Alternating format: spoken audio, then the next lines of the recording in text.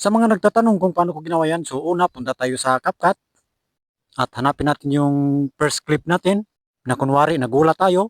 So pagkatapos i-add natin, so punta na tayo sa second clip natin. So kunwari nagulat talaga tayo at pagkatapos i-add natin, tapos i-press natin, tapos hanapin natin yung overlay. Tapos pag nahanap, i-press na ang overlay. At pagkatapos, i-drag natin pa balik para mapantay siya. Tapos i-press yung nasa ibaba. Kapag na-press na, hanapin yung mask. Kapag nakita na yung mask, pindutin yung mask. Pagkatapos mapindot yung mask, ito na yung lalabas. Pindutin yung horizontal. Pagkatapos mapindot yung horizontal, ito na yung lalabas. Pindutin yung rotate. Pagkatapos, i-adjust nyo lang yan.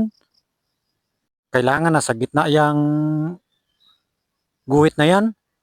Hindi ka pwedeng dyan. Hindi ka pwedeng lumagpas dyan sa guhit na yan. At kapag natapos na dyan sa rotate, punta na kayo dito sa fader at i-adjust nyo lang. Mga 9. At pagkatapos, i-testing natin. At pagkatapos, ito na yung resulta. Wow! I feel good.